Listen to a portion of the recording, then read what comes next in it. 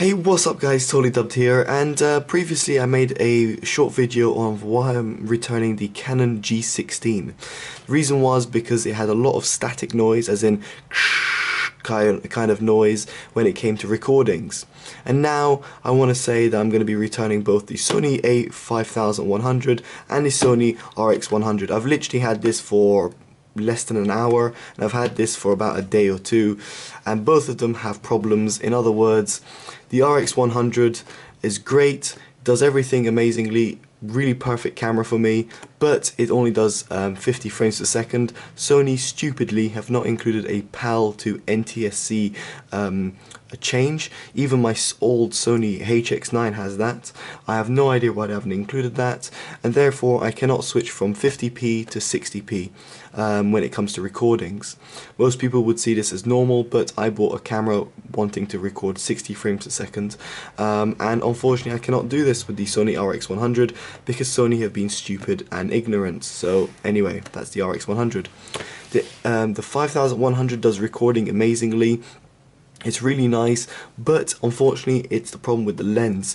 Now, I don't have much money to spend on different lenses and different types of lenses, and on top of that, due to video recording, I need to be zooming in, coming over here, and then zooming out really quickly.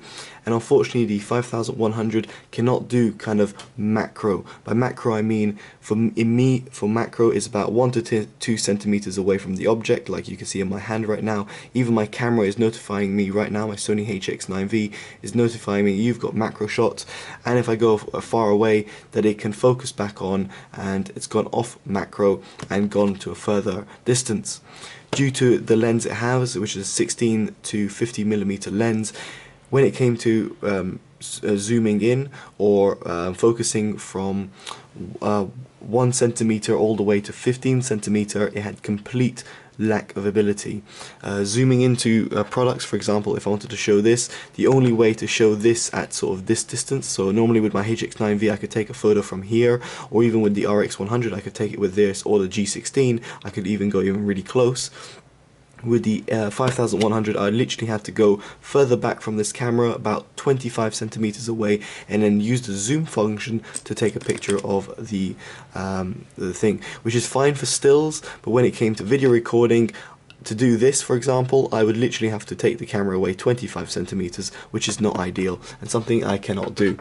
So I really cannot believe it that I cannot find a portable camera that has 60 frames per second, that has a decent audio quality, that has decent macro shots, and that has a decent lens and sensor, and all for around £350 in the UK.